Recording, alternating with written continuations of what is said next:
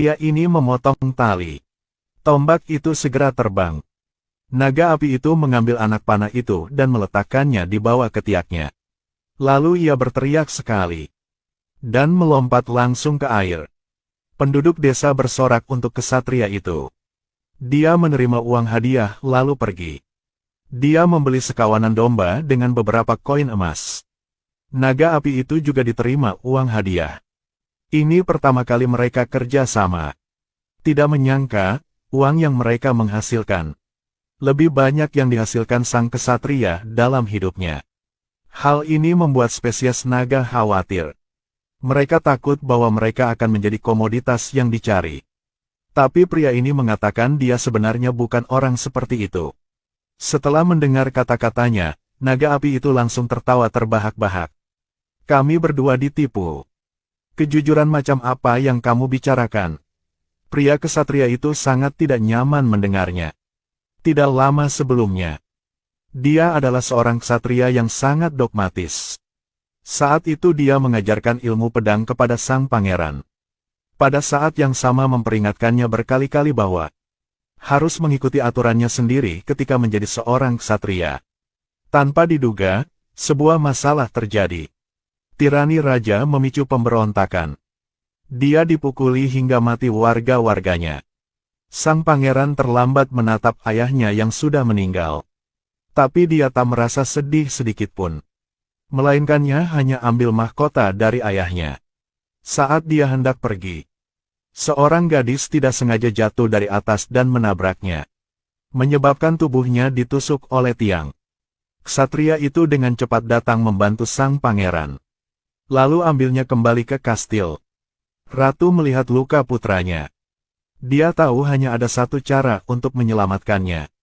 Jadi semuanya meninggalkan kastil.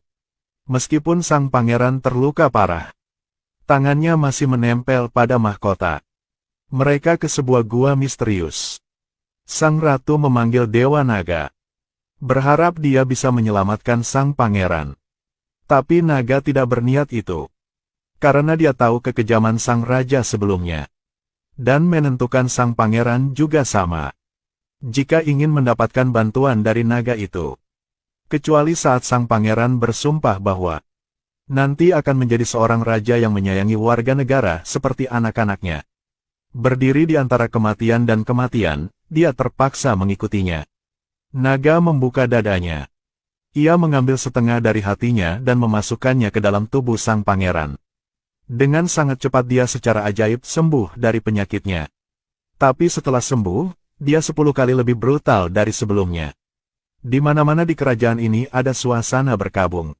Saat lihatnya begitu kejam, sang ksatria yang pernah mengajari sang pangeran memutuskan pergi ke gua itu sekali lagi. Dia mengira setengah dari hati naga telah mencemari sang pangeran. Jadi dia bersumpah bahkan jika dia harus pergi ke ujung bumi, dia akan membunuh semua naga. Dengan begitu, 12 tahun berlalu dalam sekejap mata. Seekor naga raksasa melewati langit. Ksatria buru-buru mengejarnya. Dia mengejar kemana naga itu menghilang. Dengan sangat cepat terdengar auman naga. Seorang ksatria seperti pemenang perlahan keluar dari asap putih. Saat melihat sosoknya, penyair ini sangat mengaguminya. Dia memutuskan untuk mengikuti ksatria itu dan memulai perjalanan untuk membunuh naga. Ksatria datang di depan air terjun. Penyair itu dengan cepat mengejarnya. Dia duduk di atas batu dan memujinya tanpa henti. Tanpa memperhatikan bahwa batu itu perlahan membuka matanya. Ketika dia sedang menulis puisi di atas batu, tiba-tiba naga itu bangkit dan melemparkannya ke dalam air. Begitu ksatria itu kembali, dia melihat naga itu masuk ke air terjun. Dia segera mengejarnya. Pertempuran kematian akan segera dimulai. Tapi naga itu telah terbang. Sang ksatria langsung mengejarnya. Mereka ke sebuah hutan. Naga itu membuka mulutnya dan menelan ksatria itu.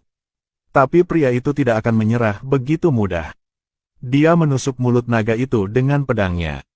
Dengan begitu, mereka berkelahi sampai hari gelap. Naga ini menentang segalanya, mengeluarkan genangan air liur yang besar. Langsung mendorong sang ksatria ke bawah. Lalu menekannya dengan satu kaki. Tapi naga itu tidak bunuhnya. Sebaliknya, dia mengusulkan perdagangan antara keduanya. Sebagai naga terakhir, jika dia mati, ksatria tidak lagi akan mendapatkan uang hadiah di masa depan. Jadi dia ingin melakukan sesuatu agar kedua belah pihak bisa mendapatkan keuntungan. Dia ingin memanggang domba tetapi tidak bisa membuat api. Naga menurunkan lubang hidungnya. Dalam sekejap mata, api langsung dinyala. Domba dipanggang dengan cepat. Mereka menikmati makanan mereka dengan sempurna. Tapi naga ini tiba-tiba penasaran. Mengapa sang ksatria ingin memburu mereka? Dia menceritakan kisah sang pangeran. Dan percaya bahwa setengah dari hati naga itulah yang menajiskan anak yang tidak bersalah itu. Pangeranlah yang tidak murni. Ia mengotori hati sang naga. Bagaimana kamu tahunya? How do you know that, dragon? Semua naga tahu cerita itu. Naga raksasa yang terakhir itu telah menghilangkan keraguan sang ksatria. Tapi sang ksatria tetap percaya bahwa pangerannya adalah orang yang jujur. Ketika naga hendak menentang katanya, bahunya tiba-tiba terasa sakit. Dia jatuh ke tanah kesakitan. Setelah dijaga oleh sang ksatria, dia sudah sembuh kembali. Sampai matahari terbit, satu orang dan satu naga melanjutkan penipuan mereka. Kali ini ksatria bertindak lebih langsung. Hei semuanya, tolong bayarku. Jika tidak, naga akan menghancurkan tempat ini. Pada saat ini, seorang gadis datang. Dia sangat marah dengan tindakan ksatria itu. Ksatria memberikan nasihat kepada penduduk desa. Terbaik mereka mengorbankan putri mereka. Dengan begitu, gadis itu diikat ke kendaraan oleh penduduk desa. Dan didorong ke tanah kosong. Sang ksatria datang bersama dengan naga. Dia suruhnya langsung menelan gadis itu. Lalu dia terus memeras uang. Jadi naga itu mengikuti nasihatnya. Langsung terbang ke arah gadis itu. Membawanya dengan kakinya dan segera terbang. Ketika ksatria tiba dia lihat. Naga bernyanyi untuk gadis itu. Keduanya bersenang-senang bersamanya. Hal itu membuatnya merasa tidak senang. Gadis ini melihat ksatria. Langsung menghunus pedangnya. Naga itu melihatnya dan segera pergi untuk menjaga perdamaian.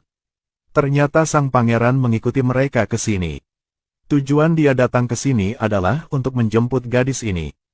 Tetapi ketika melihat guru lamanya, dia ingin bertarung sedikit. Mereka berdua bertarung dengan pedang. Setiap gerakan sang pangeran adalah gerakan pembunuh. Tapi dia masih dikalahkan dengan lembut oleh ksatria.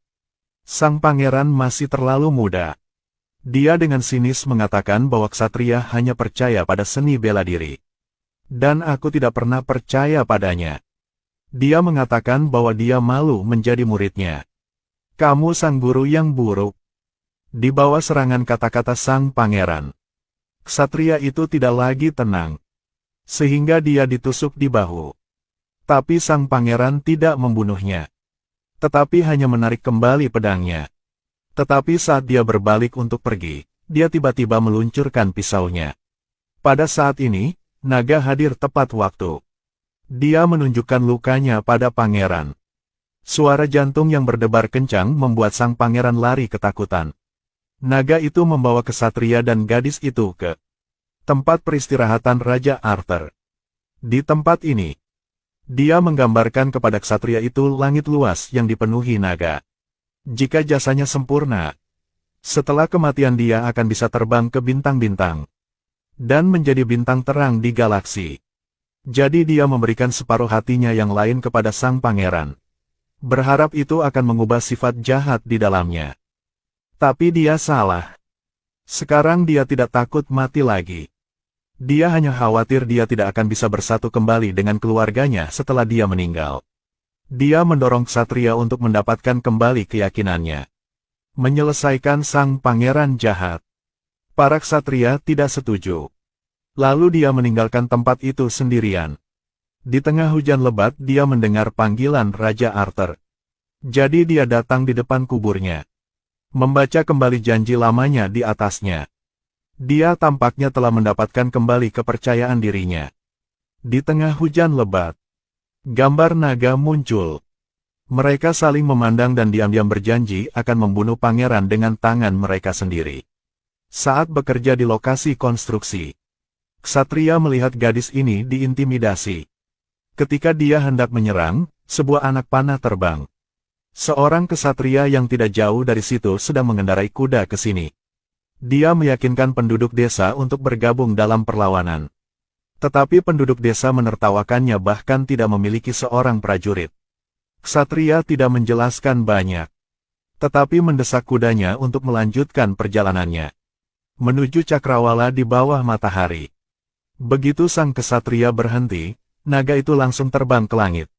Ini pasukannya. Kemudian ksatria itu mengajari para penduduk desa cara bertarung. Di bawah bimbingannya, mereka menunjukkan kekuatan mereka yang sebenarnya. Res kamera kerajaan melihat bahwa mereka sedang berlatih, dan segera melaporkannya kepada atasan.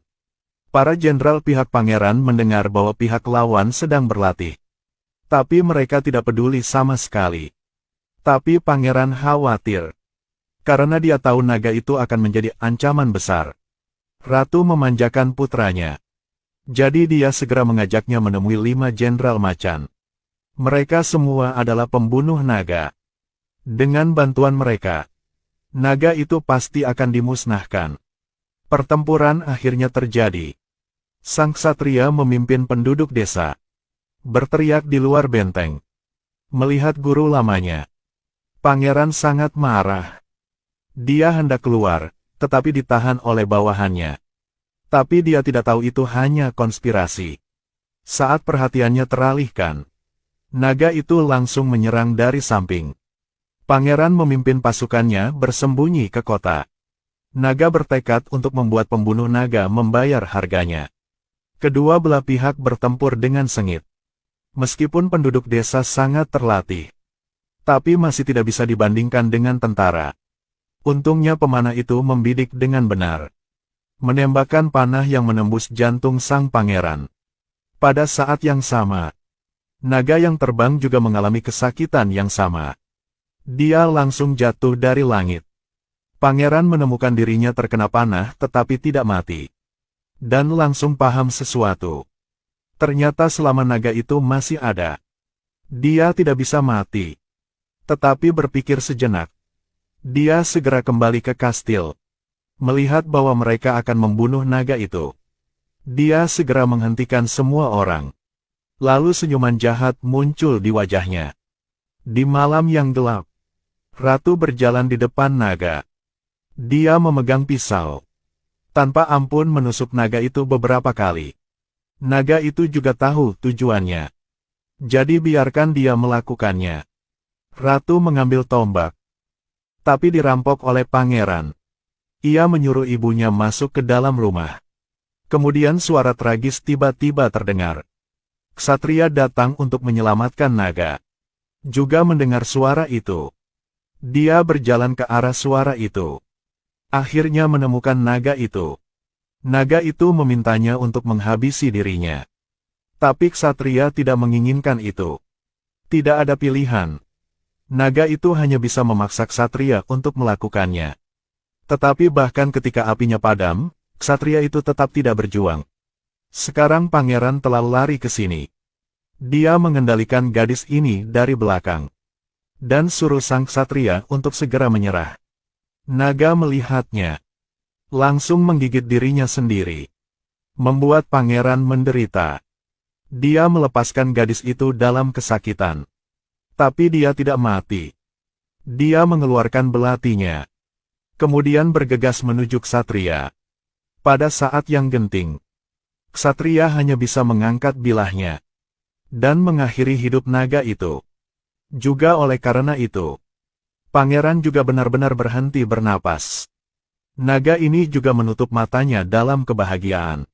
Di hadapan orang-orang, naga ini berubah menjadi cahaya. Dan menuju ke langit.